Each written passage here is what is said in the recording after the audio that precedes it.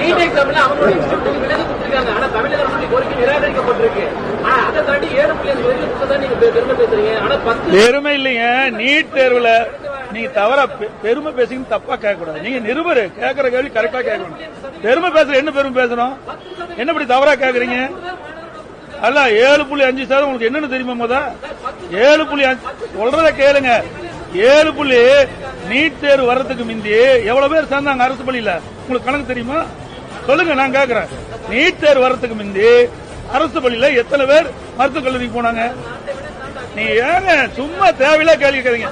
பாருங்க, பெருமை பேசணும்னு சொல்லாதீங்க. உண்மையாலுமே பெருமை கொள்றேன். நான் கிராமத்துல இருந்து வந்தவன். ஏழை எளிய மாணவர்கள் படிக்க வேண்டும்ன்றதுக்காக கஷ்டப்பட்டு அதை நீங்க செய்யுங்க.